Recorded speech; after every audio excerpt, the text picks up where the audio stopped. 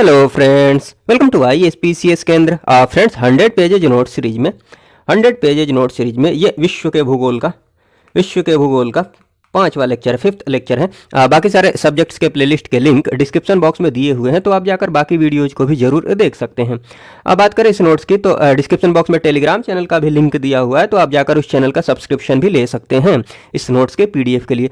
इस नोट्स की खास बात यह है कि आप BPSC की तैयारी कर रहे हो या फिर किसी भी स्टेट PCC एग्जाम की तैयारी कर रहे हो, सिलेबस में जो भी चीज़ें हैं उन चीज़ों को काफ़ी सिंपल और सिस्टमेटिक ढंग से प्रेजेंट किया गया है, जिससे कि चीज़ों को पढ़ने में आपको काफ़ी आसानी होगी और समझने में भी काफ़ी आसानी होगी। कम टाइम में क्वालिटी रिवीजन के लिए ये नोट्स आपके लिए काफ़ी फायदेमंद साबित होगा। वीडियो देखने के बाद तो आप आराम से 3 से 4 मिनट में एक पेज को रिवाइज कर लेंगे। हाँ, ये वीडियो चूंकि रिवीजन के पर्पज से बनाया जा रहा है, तो मैं इसमें उतना ही एक्सप्लेन करूंगा जितना की जरूरत है, ताकि वीडियो की लेंथ ज़्यादा लंबी नहीं हो। हाँ, उतना एक्सप्लेन जरूर कर दूंगा ताकि आपको कोई दिक्कत नहीं हो, कॉन्सेप्ट क्लियर हो जाए और आप आसानी से रिवीजन करते रहें। वीडियो देखकर रिवीजन करना है तो वीडियो देखकर करते रहें, नोट से करना है तो नोट से करते रहें। खैर, चलिए बिना किसी देरी के इस वीडियो को शुरू करते हैं। इस वीडियो में हम ओशन करंट की बात बाद में करते हैं। सबसे पहले बात कर लेते हैं घास के मैदान। घास के मैदान की बात की जाए, घास मैदान ग्रासलैंड्स की बात की जाए, तो देखिए सबसे पहले इसमें बात करते हैं उष्ण कटिबंधीय घास के मैदान, जो गर्म क्षेत्रों में घास के मैदान पाए जाते हैं उनकी बात की जाए। ट्रॉपिकल ग्रासलैंड्स, तो देखिए 10 डिग्री से लेकर 25 डिग्री उत्तरी अक्षांश के मध्य एवं 10 डिग्री से लेकर 25 डिग्री दक्षिणी अक्षांश के मध्य ऐसे घास के मैदान देखे जाते हैं, पाए जाते हैं। एग्जाम्पल के रूप में आप ध्यान रख सकते हैं ये सवाना, घास के मैदान को सवाना बोलते हैं। किधर की तरफ? ये पूर्वी अफ्रीका की तरफ, ठीक, पूर्वी अफ्रीका, ध्यान रखिएगा जगह का नाम। लानोज की बात की जाए तो ये वेनेजुएला, ठीक ना, घास के मैदान को लानोज बोलते हैं। कहाँ पर? वेनेजुएला में। ये सब काय के कौन से एग्जाम्पल्स हैं? उष्ण कटिबंधीय घास के मैदान के एग्जाम्पल हैं। और जगह का नाम बहुत इंपॉर्टेंट है, ध्यान रखिएगा। सवाना पूर्वी अफ्रीका, लानोज वेनेजुएला, ये कहाँ पर है? दक्षिणी अमेरिका में है। दोनों बातें ध्यान रखिएगा। कैंपास की बात की जाए तो ब्राज़ील में है, ब्राज़ील भी दक्षिणी अमेरिका में है। और सेल्वास की बात की जाए तो अमेजन बेसिन, ठीक, अमेजन बेसिन वाला जो क्षेत्र है ना, इधर की तरफ घास के मैदान को सेल्वास बोलते हैं, ये भी उधर ही आएगा, दक्षिणी अमेरिका की तरफ। पार्कलैंड की बात की जाए तो ये ध्यान रख लीजिएगा, दक्षिण अफ्रीका नहीं, दक्षिणी अफ्रीका, दक्षिणी साइड वाला जो अफ्रीका है उधर की तरफ। चलिए, हाँ, एक ये इंपॉर्टेंट फैक्ट है, इसको ध्यान रख लीजिएगा। बड़े शिकारों की भूमि इसी को बोलते हैं, सवाना को ही, सवाना घास के मैदान को। चलिए, उसके बाद बात करते हैं शीतोष्ण कटिबंधीय, जो थोड़े ठंडे क्षेत्र वाले घास के मैदान है, ठंडे वाले। देखिए 30 से 45 डिग्री उत्तरी अक्षांश एवं 30 से 45 डिग्री दक्षिणी अक्षांशों के मध्य ऐसे घास के मैदान देखे जाएंगे आपको। एग्जाम्पल्स के रूप में आप ध्यान रख लीजिएगा, एक तो हो गया प्रेयरी, ये किधर की तरफ है? उत्तरी अमेरिका में। घास के मैदान को क्या बोलते हैं? प्रेयरी, ठंडे क्षेत्र में, ठीक। पंपास की बात की जाए तो ये दक्षिणी अमेरिका में ये ऐसे घास के मैदान पाए जाते हैं। दक्षिणी अमेरिका में किधर की तरफ? अर्जेंटीना, ठीक है। वेल्ड की बात की जाए तो ये दक्षिण अफ्रीका में। डाउन्स की बात की जाए तो ऑस्ट्रेलिया में। स्टेपिज मैदान की बात की जाए, देखिए स्टेपिज ये यूरोप और एशिया वाला जो पार्ट है ना, मैप में आप जब देखने जाइएगा ऐसे ऊपर, इधर रसिया है और रसिया दोनों में पड़ता है ना, एशिया में भी पड़ता है और इधर की तरफ यूरोप में भी। तो यही वाला जो भाग है स्टेपिज, मान लीजिए ना यहाँ पर स्टेपिज मतलब चिपका दिया गया है, स्टेपल कर दिया गया है, ठीक। तो इधर वाला इस हिस्से वाला जो घास का मैदान है ना, इसकी बात की जाए तो ये किधर की तरफ पड़ता है? यूरोप और एशिया दोनों में स्टेपिज किया हुआ है, ऐसे समझ लीजिए। यूरेशिया में पड़ता है, यूरेशिया अर्थात यूरोप प्लस रूस अर्थात एशिया का भाग, ठीक है। इसकी बात की जाए कि ये उष्ण कटिबंधीय है या शीतोष्ण है, तो ये दोनों में आता है और ये आप दिमाग लगा ही सकते हैं, दोनों में आएगा। तो उत्तर एशिया में जो है ना, उत्तर एशिया में शीतोष्ण होता है और दक्षिण की तरफ उष्ण कटिबंधीय, ठीक। उत्तर की तरफ ठंडा होगा ना और दक्षिण की तरफ गर्म होगा। चलिए, उसके बाद चलिए, ये तो घास के मैदान हो गए, इंपॉर्टेंट है, ध्यान रखिएगा। उसके बाद कुछ और इंपॉर्टेंट फैक्ट्स देख लेते हैं। ये मैप में देखिएगा तो ज़्यादा अच्छा रहेगा, बट ध्यान रख लीजिए हॉर्न ऑफ अफ्रीका के अंतर्गत कौन कौन से देश आते हैं। अफ्रीका का मैप देखिएगा ना तो इधर की तरफ आपको दिखेगा हॉर्न ऑफ अफ्रीका, तो इसके अंतर्गत कौन कौन से देश आते हैं? Djibouti, Ethiopia, Eritrea, Somalia. Important है, ध्यान रखिएगा। ग्रेट ब्रिटेन के अंतर्गत कौन कौन से देश आते हैं। हालांकि ये सारी चीज़ ये तो ध्यान रखिएगा, बाकी कुछ और इसके अलावा नाम आते हैं ना, तो वो करंट से रिलेटेड चीज़ें, आजकल आजकल की बात की जाए तो करंट से रिलेटेड चीज़ें पूछते हैं। तो जो करंट में है ना, जो अभी न्यूज में है, वहाँ से क्वेश्चंस पूछे जाने की ज़्यादा संभावना है। बट ये ज़्यादा, इसको आप जरूर ध्यान रख सकते हैं, हॉर्न ऑफ अफ्रीका को। ग्रेट ब्रिटेन की बात की जाए तो इसके अंदर कौन कौन से देश, इंग्लैंड है, वेल्स है, स्कॉटलैंड है, ये सब। खैर ये उतना इंपॉर्टेंट नहीं है। ये हॉर्न ऑफ अफ्रीका देख लीजिएगा। उसके बाद बात की जाए कि दक्षिण एशिया में क्षेत्रफल की दृष्टि से सबसे छोटा जो देश है ना, वो कौन सा है? मालदीव है। ये भारत का दक्षिणी हिस्सा है, इधर की तरफ आप मालदीव नीचे की तरफ देखेंगे, ठीक है। उसके बाद बात की जाए कि सर्वाधिक अक्षांशीय लंबाई वाला जो दक्षिण अमेरिकी देश है वो कौन सा है? चिली है। हालांकि ये रटने वाली बात नहीं है, मैप से आप आसानी से इन चीज़ों को ध्यान में रख सकते हैं। जब आप मैप देखेंगे ना, एक मिनट, दक्षिण अमेरिका का, तो इधर साइड साइड में चिली दिखेगा आपको लंबा सा, दक्षिण अमेरिका में। तो मैप से भी आप समझ पाएंगे, हालांकि रटने वाली बात नहीं है। चलिए उसके बाद बात की विश्व में जो विश्व में सर्वाधिक लंबी तट रेखा जिसकी है वो किसकी है? कनाडा की। सबसे ज़्यादा समुद्र से ये लगा हुआ है, ठीक है। कनाडा की तट रेखा सबसे लंबी है विश्व में। ग्रीनलैंड की बात की जाए तो ध्यान रखिएगा, ये तो आप मैप में भी देखेंगे कि उत्तरी अटलांटिक महासागर में ये दिखता है ग्रीनलैंड, ठीक है ना। अटलांटिक महासागर में उत्तर की तरफ दिखता है। इस पर जो अधिकार की बात की जाए तो ये यहाँ से आप देख लीजिए ना, राजनीतिक रूप से ये यूरोप का भाग है। क्यों? क्योंकि इस पर जो अधिकार है वो किसका है? डेनमार्क का अधिकार है। बट भौगोलिक रूप से देखा जाए तो ये किधर की तरफ पड़ता है? अमेरिका की तरफ। उत्तरी अमेरिका का ये भाग है, कौन? ग्रीनलैंड। लेकिन राजनीतिक रूप से बात की जाए तो यूरोप का भाग है, क्योंकि इस पर अधिकार किसका है? डेनमार्क का है, ठीक है। और विश्व का सबसे बड़ा द्वीप है, ध्यान रखिएगा। उसके बाद चलिए कुछ एक बातें और हैं, ये देख लीजिए कि कौन से द्वीप पर किसका अधिकार है। जैसे ये देखिए, ये मार्टिनिक द्वीप की बात की जाए, फ्रांस का अधिकार है इस पर। क्रिसमस द्वीप पर किसका अधिकार है? ऑस्ट्रेलिया का है। उसके बाद है एल्यूशियन द्वीप, ठीक, इस पर यूएसए का अधिकार है। और बियर द्वीप पर नॉर्वे का अधिकार है, ठीक, स्वामित्व। उसके बाद चलिए कुछ अंतर्राष्ट्रीय सीमा रेखा की बात कर ले जाए, इम्पोर्टेंट। तो ये रियो ग्रांडे जो नदी है ना, ये सीमा का निर्धारण करती है किसके किसके बीच? यूएसए और मैक्सिको, अमेरिका और मैक्सिको के बीच। मैगिनोट रेखा की बात की जाए तो ये जो मैगिनोट रेखा, मतलब ये सीमा रेखा जो है, ये किसके साथ बनी हुई है? फ्रांस की सीमा रेखा है किसके साथ? जर्मनी के साथ एवं इटली के साथ।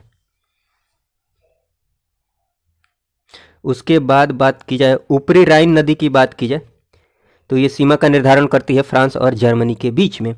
विक्टोरिया झील की बात की जाए तो देखिए किसके किसके बीच में? युगांडा का तंजानिया के साथ, युगांडा का केनिया के साथ भी, ठीक है, और केनिया का तंजानिया के साथ। तो हल्का फुल्का ये ध्यान रख लीजिएगा। 38th पैरेलल की बात की जाए तो ये तो आप जानते होंगे, उत्तरी कोरिया और दक्षिणी कोरिया को अलग करने वाली ये लाइन है, ठीक, ये बाउंड्री है 38th पैरेलल, 38 समानांतर रेखा। 49th की बात कर ली जाए, 49th पैरेलल की बात कर ली जाए तो ये है यूएसए और कनाडा को अलग करने वाली लाइन। उसके बाद देख लीजिए मैन रहीम रेखा की बात की जाए तो रूस और फिनलैंड का सीमा निर्धारण होता है किससे? मैन रहीम रेखा से। चलिए उसके बाद बात करते हैं कुछ महत्वपूर्ण जगहों के उपनाम की बात कर ली जाए तो देखिए, उत्तर का जो वेनिस बोला जाता है किसको बोला जाता है? Saint Petersburg. कहाँ पर? ये रूस में है, ठीक, उत्तर का वेनिस। मध्य रात्रि का सूर्य किसे बोला जाता है भाई? उत्तरी एवं दक्षिणी ध्रुव को मध्य रात्रि का सूर्य। पक्षियों का महाद्वीप किसे बोला जाता है? दक्षिणी अमेरिका। हजार झीलों की भूमि फिनलैंड को। अंध महाद्वीप की बात की जाए, एक मिनट, किसे बोला जाता है? एक मिनट, हाँ, हजार झीलों की भूमि हो गई। और यहाँ पर देखिए अंध महाद्वीप अफ्रीका। मोतियों के द्वीप की बात की जाए, ये देख लीजिए, इधर देख लीजिएगा ध्यान से, मोतियों के द्वीप की बात की जाए तो किसको? बहरीन को। झीलों की वाटिका ये किसको बोला जाता है? हजार झीलों की भूमि की बात की जाए या फिर झीलों की वाटिका की बात की जाए, फिनलैंड, ठीक है। नहरों का देश कौन सा है? पाकिस्तान, बहुत सारी नहरें हैं। नहरों के शहर की बात की जाए तो वो कौन सा है? वेनिस है, इटली। वेनिस कहाँ पर है? इटली में है। लेकिन उत्तर का वेनिस किसको बोला जाता है? सेंट पीटर्सबर्ग, रूस में है। चलिए उसके बाद बात की जाए विश्व के चीनी का कटोरा किसको बोलते हैं? क्यूबा को। भारत का एग्जाम कमेंट बॉक्स में आप बताइएगा, भारत में किसको चीनी का कटोरा, चीनी का प्याला बोलते हैं।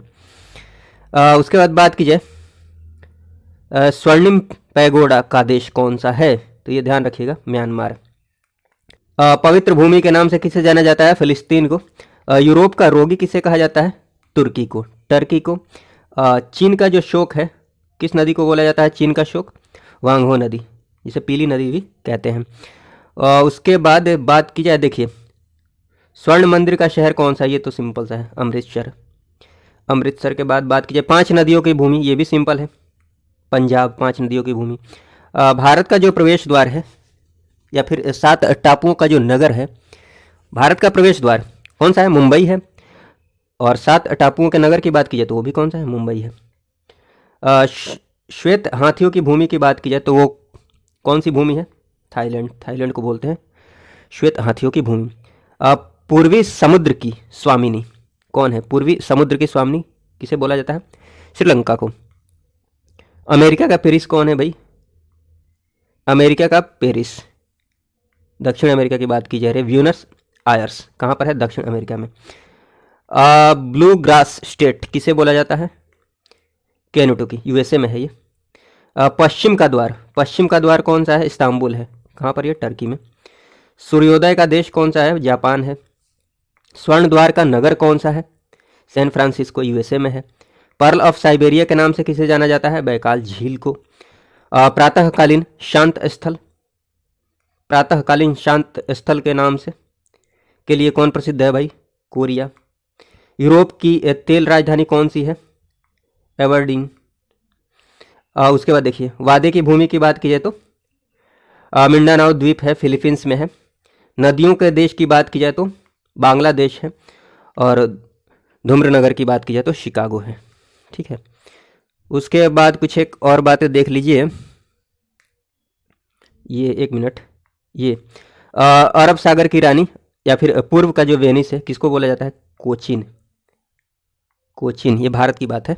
मसालों का बगीचा किसे बोला जाता है, भारत की बात कर रहे हैं, केरल, भारत के संदर्भ में। पर्वतों की रानी मसूरी को। भारत का जो मैनचेस्टर कहा जाता है किसको बोला जाता है, अहमदाबाद को। तो कुछ एक इंपॉर्टेंट बातें हैं, इनको ध्यान रख सकते हैं। हाइड्रोस्फीयर की बात की जाए, जलमंडल की बात की जाए तो जलमंडल में आपको सबसे पहले तो ध्यान रखना है जो महासागर है, में सबसे बड़ा महासागर कौन सा है, सिंपल सा है, ये क्रम थोड़ा सा ध्यान रख लीजिएगा। सबसे बड़ा महासागर है प्रशांत महासागर, उसके बाद है अटलांटिक महासागर, उसके बाद हिंद महासागर, उसके बाद अंटार्कटिक महासागर, ठीक है, ये सब है।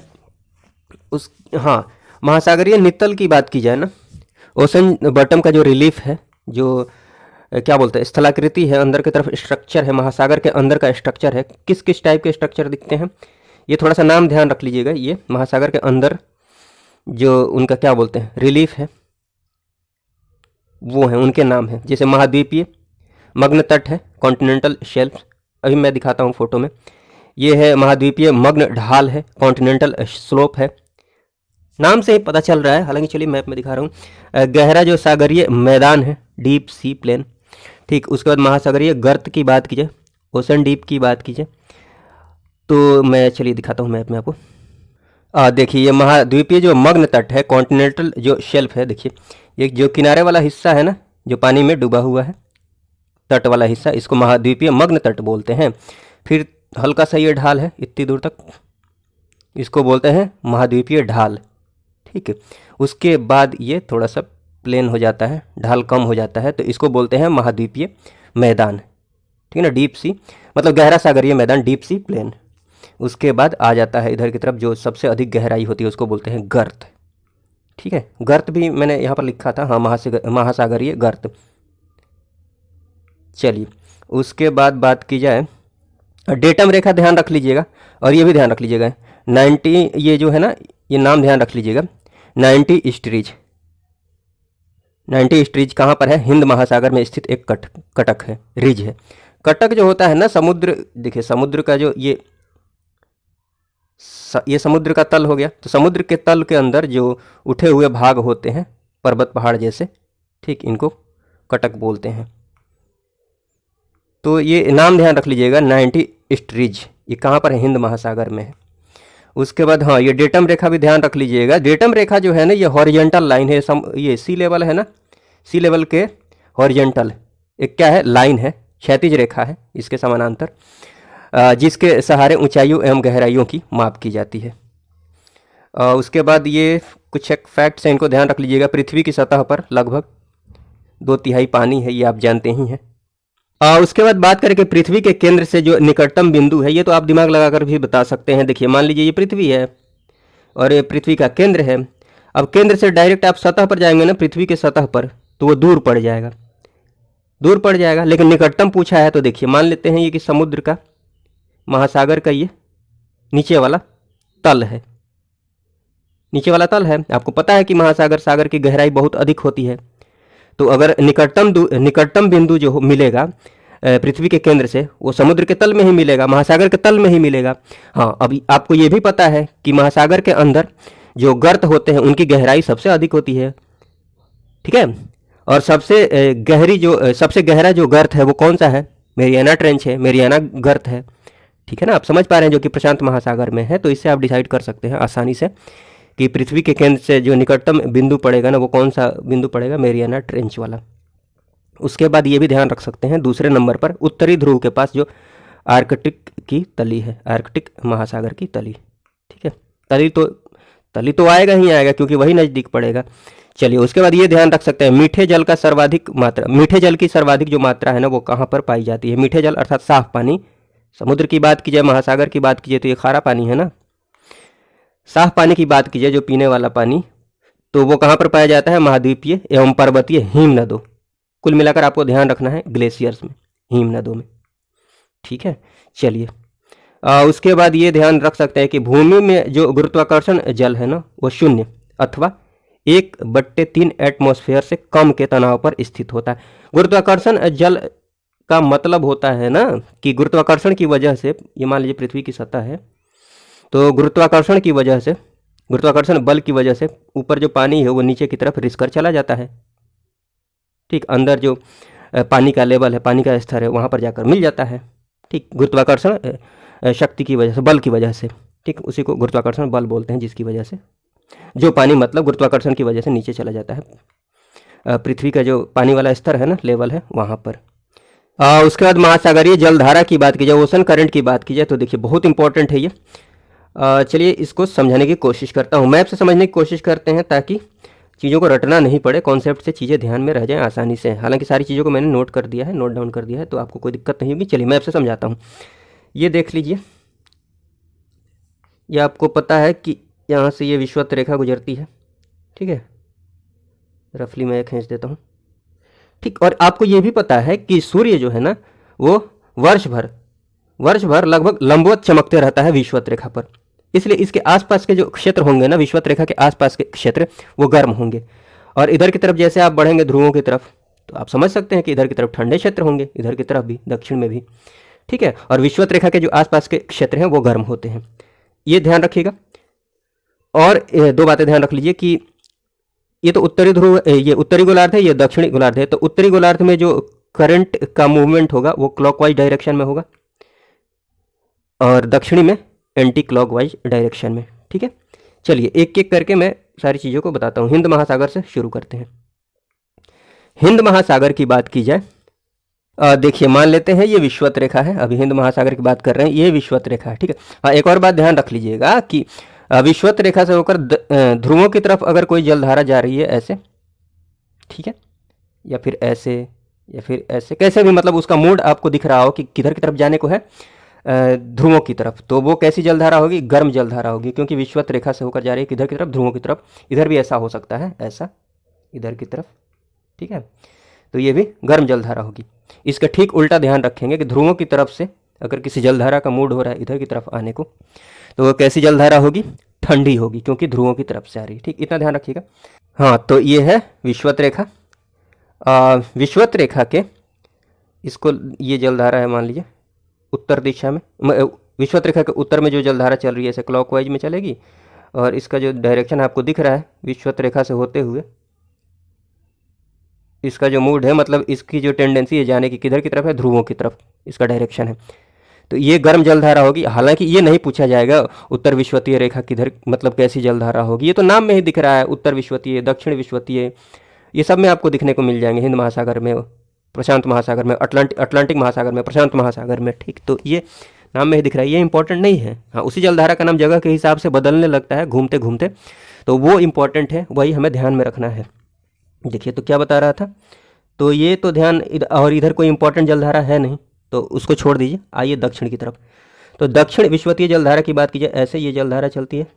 ठीक, आपको दिख रहा है कि विश्वत, ये है विश्वत रेखा, और यहाँ से जलधारा निकलते हुए इधर की तरफ घूमते हुए, थोड़ा मैप में नीचे हो गया है ये, 1 मिनट समझाने की कोशिश करता हूँ, थोड़ा ऊपर विश्वत रेखा को खींच देता हूँ, और दक्षिण विश्वतीय जलधारा यहाँ से मान लेते हैं। ठीक, ऐसे घूमते हुए अब ये विश्वत रेखा से जनरेट होकर, मतलब यहाँ से आप दिख रहा है ना, यहाँ से निकल रही है ये जलधारा, तो ये गर्म होगी, और ये ना, ये जलधारा है यहाँ पर जाकर 2 भागों में बढ़ जाती है। इधर की तरफ, मैप में थोड़ा सही से ये बन नहीं पाया है, एक इधर की तरफ, एक इधर की तरफ। तो ये वाली जलधारा जो है ना, इसका नाम है अग्लुहास, अग्लुहास जलधारा, ध्यान रखिएगा। और ये साइड से निकल जा रही है, इसका नाम है मोजाम्बिक जलधारा, मोजाम्बिक। और दोनों इधर की तरफ है, किधर की तरफ है भाई, ध्रुवों की तरफ जा रही है, मतलब इनका जो डायरेक्शन है ध्रुवों की तरफ है। तो ये दोनों की दोनों जलधारा गर्म जलधारा है। कहाँ पर है, हिंद महासागर में है। इंपॉर्टेंट नाम है, दोनों ध्यान रखिएगा। उसके बाद बात कर ली जाए तो देखिए, यही जलधारा घूमते घूमते घूमते घूमते घूमते घूमते घूमते घूमते ये फिर से ऐसे एक साइकिल कंप्लीट कर लेगी। हाँ, यही जलधारा जब यहाँ से, ये जो ऑस्ट्रेलिया है, ऑस्ट्रेलिया के पश्चिम से गुजरेगी, तो अब देखिए इसका डायरेक्शन कैसा हो गया है, ध्रुवों की तरफ से, ध्रुवों से किधर की तरफ हो गया है, विश्वत रेखा की तरफ। समझ पा रहे हैं आप इस बात को, ऐसे हो गया है, ऐसे हो गया है। तो ये हो जाएगी ठंडी जलधारा। तो आप ठंडी जलधारा देखिए, रटना चाहते हैं, रटने की जरूरत है नहीं, बट अगर आपको याद ही रखना है तो ठंडी जलधारा याद रख लीजिए। ठंडी जलधारा की संख्या कम है, बाकी गर्म जलधारा हो जाएंगी। ठीक, तो हिंद महासागर का काम हो गया। आइए आते हैं अटलांटिक महासागर, जो कि बहुत इंपॉर्टेंट है, यहाँ पर ज़्यादा जलधाराएँ हैं। ये है, देखिए इसको मान लेते हैं आप, विश्वत रेखा यहाँ पर है। अब उत्तर विश्वतीय जलधारा ऐसे बहेगी, ऐसे बहेगी, बहते हुए, माने चलते हुए, आगे बढ़ते हुए, बढ़ते हुए। अब देखिए यहाँ से एक फ्लोरिडा की जलधारा आ रही है। ठीक, फ्लोरिडा, और इसका भी डायरेक्शन देखिएगा थोड़ा सा, किधर की तरफ है, मूड इसका किधर की तरफ जाने को है, इधर ध्रुवों की तरफ, इसीलिए ये भी गर्म जलधारा ही है। और ये जो उत्तर विश्वतीय जलधारा है ना, यहाँ से आगे बढ़ेगी, इसका नाम यहाँ पर क्या होता है, एंटलिज जलधारा। ये दोनों जब जलधारा यहाँ पर मिलेंगी ना, तो इसका नाम क्या हो जाता है, गल्फ स्ट्रीम, गल्फ स्ट्रीम। ठीक है, समझ पा रहे हैं आप। और गल्फ स्ट्रीम भी क्या है, इधर देख रहे हैं ना, इसका डायरेक्शन कैसे है, तो ये भी गर्म जलधारा है। अब देखिए गल्फ स्ट्रीम और इधर की तरफ से ये जो दिख रहा है ना, लेब्राडोर की धारा, बेफिन की खाड़ी से जो इधर की तरफ से आ रही है, ये दोनों जब इधर की तरफ मिलेंगे ना, ये गल्फ गर्म जलधारा है, ये ठंडी जलधारा है। इधर की तरफ से ये लेब्राडोर की धारा आ रही है, तो जब दोनों मिलेंगे, ठंडी और गर्म जलधारा, तो यहाँ पर फॉग का निर्माण होगा, जो मछली पालन के लिए काफ़ी इंपॉर्टेंट होता है। जहाँ भी गर्म और ठंडी जलधारा मिलेंगे वहाँ फॉग का निर्माण होगा। ठीक है, ये थोड़ा सा ध्यान रख लीजिएगा। उसके बाद यही जलधारा आगे जाकर देख लीजिए, इधर की तरफ इरमिंगर की जलधारा, इधर उत्तरी अटलांटिक अफवाह। ठीक है, तो जो इंपॉर्टेंट नाम है वो ध्यान रख लीजिएगा। इरमिंगर, हाँ ये डायरेक्शन देख लीजिए, इरमिंगर, इसका डायरेक्शन ध्रुवों की तरफ है, ध्रुवों की तरफ है, इसका मतलब विश्वत रेखा से होकर ध्रुवों की तरफ है, तो ये गर्म जलधारा है। समझ पा रहे हैं आप। ये देखिए फिर ये जलधारा घूमते घूमते फिर इधर भी कुछ आती है, उसका हिस्सा आता है। देखिए इसमें स्प्लिटिंग के बाद एक तो जलधारा इधर निकल गई, और फिर ये घूमते हुए ये जो जलधारा इधर की तरफ आ रही है, इधर की तरफ, इसका नाम क्या है, इंपॉर्टेंट है, कनारी धारा, कनारी जलधारा। और इसका डायरेक्शन आप देख रहे हैं, ध्रुवों की तरफ से किधर की तरफ है, विश्वत की तरफ है, तो ये ठंडी जलधारा होगी। रटना नहीं है, आप डायरेक्शन से पता कर लेंगे। डायरेक्शन ध्यान में रख लीजिए, किधर से किधर की तरफ है कौन सी जलधारा, आसानी से आप बता देंगे वो ठंडी है कि गर्म जलधारा है। तो ये सब इंपॉर्टेंट बात है। उसके बाद बात कर लीजिए, देखिए दक्षिण की तरफ आइए, ऐसे दक्षिण की तरफ, तो ये ब्राज़ील से होकर गुजरती है जो जलधारा, इसका नाम है ब्राज़ील जलधारा। तो आप देख रहे हैं कि विश्वत रेखा से इधर की तरफ डायरेक्शन, ध्रुवों की तरफ डायरेक्शन है, मतलब ये गर्म जलधारा है। समझ पा रहे हैं। हाँ, इधर की तरफ से, ध्रुवों की तरफ से एक जलधारा आती है, इसका नाम है फॉकलैंड। डायरेक्शन आप देख रहे हैं, किधर की तरफ है, विश्वत रेखा की तरफ है, ध्रुवों की तरफ से, इसीलिए ये क्या है, ठंडी जलधारा है। अब देखिए ये और ये जब मिलेंगे ना, तो चूंकि ये गर्म है, ये ठंडी है, तो फॉग का निर्माण होगा। यहाँ फॉग का निर्माण होता है, जो कि मछली पालन के लिए काफ़ी इंपॉर्टेंट होता है, काफ़ी सुटेबल होता है मत्स्य पालन के लिए। हाँ, अब देख लीजिए ये ब्राज़ील की जलधारा, उसके बाद घूमते घूमते घूमते घूमते देख रहे हैं ना, एंटी क्लॉकवाइज डायरेक्शन में मूवमेंट हो रहा है दक्षिणी गोलार्ध में। तो जो इम्पोर्टेंट टाइम है वो मैं बता रहा हूँ। फिर ये यहाँ से इसका नाम क्या हो जाता है, ये बेंगुला धारा, बेंगुला जलधारा, याद रखिएगा, इंपॉर्टेंट है। और ये किस टाइप की जलधारा है, ठंडी है। दिख रहा है आपको, ध्रुव से किधर की तरफ इसका डायरेक्शन है, विषुवत रेखा की तरफ। ठीक, तो ये ध्यान रखिएगा। हाँ, एक और बात ध्यान रख लीजिएगा, यहाँ पर शांत जो जल है ना, शांत जल का हिस्सा, इसको सारगैसो सागर के नाम से भी जाना जाता है। सारगैसम नाम के यहाँ पर घास पाए जाते हैं, उसकी वजह से सारगैसो सागर। ठीक, सारगैसम घास की वजह से, सारगैसम घास जो जलीय जीव हैं उनके खाद्य उत्पाद के रूप में भी यूज होता है, रहने के लिए भी वो यूज हो जाता है उनको, जो घास है। ठीक, और देखिए ये तो हो गया। प्रशांत महासागर की बात कर ली जाए, प्रशांत महासागर की बात की जाए तो देखिए सब कुछ मैंने हल्का फुल्का समझा दिया है, खाली यहाँ पर मैं नाम बता देता हूँ। जैसे अलास्का धारा की बात की जाए तो इसका डायरेक्शन से आपको पता चल रहा है ये गर्म जलधारा है। कैलिफोर्निया धारा की बात की जाए, जगह के नाम से देखिए, इधर कैलिफोर्निया है तो उसके नाम पर जलधारा का नाम है। जैसे ये ब्राज़ील है इधर, तो ब्राज़ील के नाम पर। तो ऐसे भी आप चीज़ों को ध्यान रख सकते हैं कॉन्सेप्ट से। हाँ, देखिए कैलिफोर्निया धारा की बात की जाए तो इसका डायरेक्शन देख रहे हैं, डायरेक्शन से आपको पता चल रहा है कि ये ठंडी जलधारा है। तो दो नाम ये हो गए। उसके बाद देखिए फिर इधर की तरफ ऐसे घूमते हुए, ये ध्यान रख सकते हैं, ये पेरू या हम्बोल्ट की जलधारा। और नेचर भी आपको पता चल जाएगा ये किस टाइप की है, ठंडी जलधारा, क्योंकि डायरेक्शन आपको दिख रहा है ध्रुवों से विषुवत रेखा की तरफ। हाँ, उधर का जो हिस्सा है इधर वाला देख लीजिए, प्रशांत महासागर का ही इधर की तरफ, ऐसे प्रशांत महासागर में ये क्यूरोसियो जलधारा है। आपको डायरेक्शन से पता चल रहा है कि ये गर्म जलधारा है। ये फिर देख लीजिए ओयाशियो या फिर क्यूराइल जलधारा, ठंडी जलधारा है। उसके बाद ये देख लीजिए ये पश्चिमी जलधारा, ऐसे आपको डायरेक्शन से पता चल रहा है ये ठंडी जलधारा है। और ये पूर्वी ऑस्ट्रेलियन धारा की बात की जाए तो इसका डायरेक्शन ऐसे है, तो ये गर्म जलधारा है। ये सारी बातें हैं, बहुत मुश्किल नहीं है, मैप से आसानी से आप ध्यान रख सकते हैं। उसके बाद से भी ये भी थोड़ा सा ध्यान रख लीजिएगा कि महासागर में जो जलधारा उत्पन्न होती है, महासागरीय जलधाराओं की जो उत्पत्ति होती है उसके कारक क्या हैं, किसका मतलब किसकी वजह से जलधारा प्रभावित हो सकती है। ठीक, तो थोड़ा सा कभी क्वेश्चन आ जाए तो उसके लिए हल्का फुल्का ध्यान रख लीजिएगा। पृथ्वी का जो परिभ्रमण है इसका भी प्रभाव पड़ता है इस पर। तापमान में जो भिन्नता है ये भी एक फैक्टर है। टेम्परेचर में डिफरेंस, घनत्व में डिफरेंस, ठीक है ना, भिन्नता।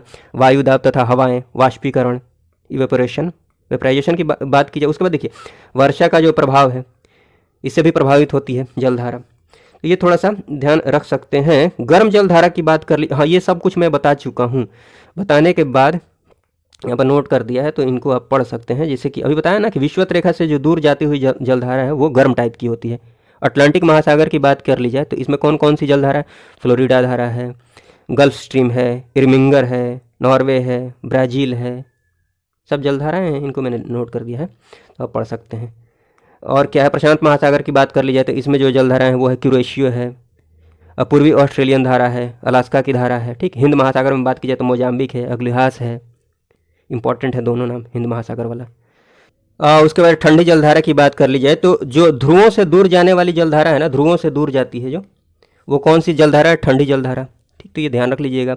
अटलांटिक महासागर में बात कर ली जाए तो वो एग्जाम्पल्स की बात, हाँ नाम ध्यान रख लीजिएगा। अटलांटिक महासागर में कौन कौन से नाम, कनारी है, ये ठंडी जलधारा है, लेब्राडोर है, फॉकलैंड है, बेंगुला जलधारा है, सब कुछ मैंने बता दिया। प्रशांत महासागर की बात कर लीजिए तो इसमें जो ठंडी जलधारा है ओयाशियो है अर्थात क्यूराइल है, कैलिफोर्निया है, पेरू या हम्बोल्ट की जलधारा है। हिंद महासागर की बात कर ली जाए तो पश्चिमी ऑस्ट्रेलिया धारा। तो मैप से आप देखें तो इसको रटना ही नहीं है, मतलब ये नहीं रटना है कि कौन सी ठंडी है कौन सी गर्म है, आसानी से आप ध्यान रख लेंगे। तो मैप ही देखते रहिए। हाँ, मैप नहीं देख रहे हैं तो ये जो पढ़ रहे हैं तो इमेजिन कीजिए ये किधर की तरफ है, तब मज़ा आएगा। चलिए ये देख लीजिए कुछ एक इंपॉर्टेंट बात है, तो मैंने बता दिया। स्थल से घिरे हुए सागरों में जो सबसे बड़ा सागर है ना वो कौन सा है, भूमध्य सागर। तो ये एक फैक्ट है, ध्यान रख लीजिएगा।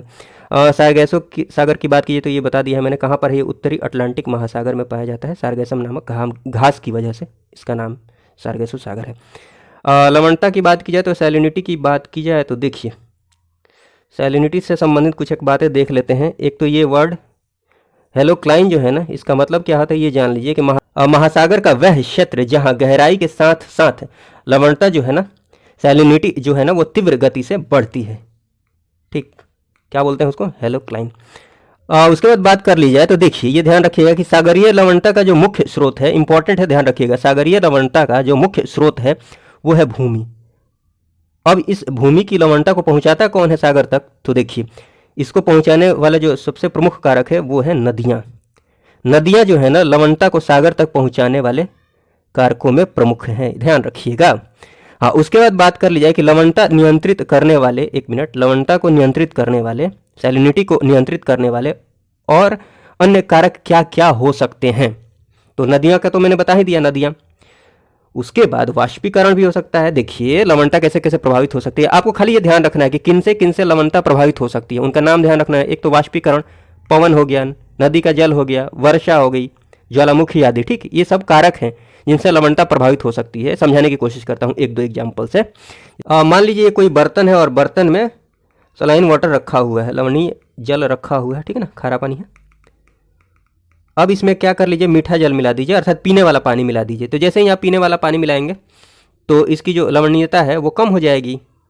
आप सिंपली इसको समझ पा रहे हैं, इस बात को, कम हो जाएगी। ठीक, एक काम कीजिए, पानी नहीं मिलाइए, अब इसको धूप में रख दीजिए। धूप में जब आप रखेंगे ना तो वाष्पीकरण के बाद इसमें पानी की जो मात्रा है कुछ ऊपर उड़ जाएगी जलवाष्प बनकर, तब इसकी जो लवणीयता है वो बढ़ जाएगी। समझ पा रहे हैं? तो ऐसे ही प्रभावित होती है लवणीयता। ठीक, तो वही मैंने समझाने की कोशिश की है।